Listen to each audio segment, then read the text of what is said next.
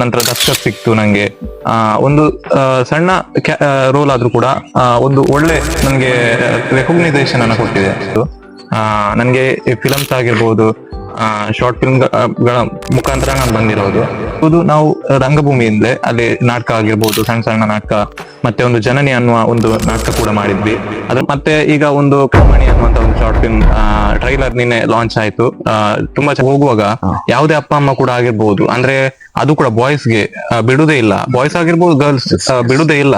ಅಂದ್ರೆ film industry ಸ್ವಲ್ಪ ಈಗ ಏನಾಗ್ತಿದೆ ಅಂದ್ರೆ ಅದರಲ್ಲಿ ಬೆಳೆಯುವ ತನಕ ತುಂಬಾ ಕಷ್ಟ ಕಲಿತಾ ಇದ್ದೇನೆ ನಾನು. ಅವರೇ ನನ್ನ ಗುರು. ಈಗ ಕೂಡ ಆಮೇಲೆ ನನಗೆ ದಸ್ಕತ್ ಫಿಲ್ಮ್ ಸಿಕ್ತು. ಅಷ್ಟೇ ನಾನು ಕ್ಯಾಮರಾ ಫೇಸ್ ಮಾಡುವಾಗ ತುಂಬಾ ಭಯ ಪಟ್ಟಿದ್ದೆ ಸರ್, ನನ್ಗೆ ಆಗ್ಲಿಕ್ಕಿಲ್ಲ ಇದು. ಅಂದ್ರೆ ಲೀಡ್ ಕ್ಯಾರೆಕ್ಟರ್ ಬೇರೆ, ಅದು ಕೂಡ ಕ್ಯಾರೆಕ್ಟರ್ ತುಂಬಾ ಕ್ಯಾರೆಕ್ಟರ್ ಅಂದ್ರೆ ಅದೊಂದು ನೆಕ್ಸ್ಟ್ ಲೆವೆಲ್ ಕ್ಯಾರೆಕ್ಟರ್. ಅದನ್ನು ನಾವು ಥಿಯೇಟರ್ ಅಲ್ಲಿ ನೋಡ್ಲಿಕ್ಕೆ ನಮ್ಗೆ ತುಂಬಾ ಖುಷಿ ಆಗ್ತಿದೆ.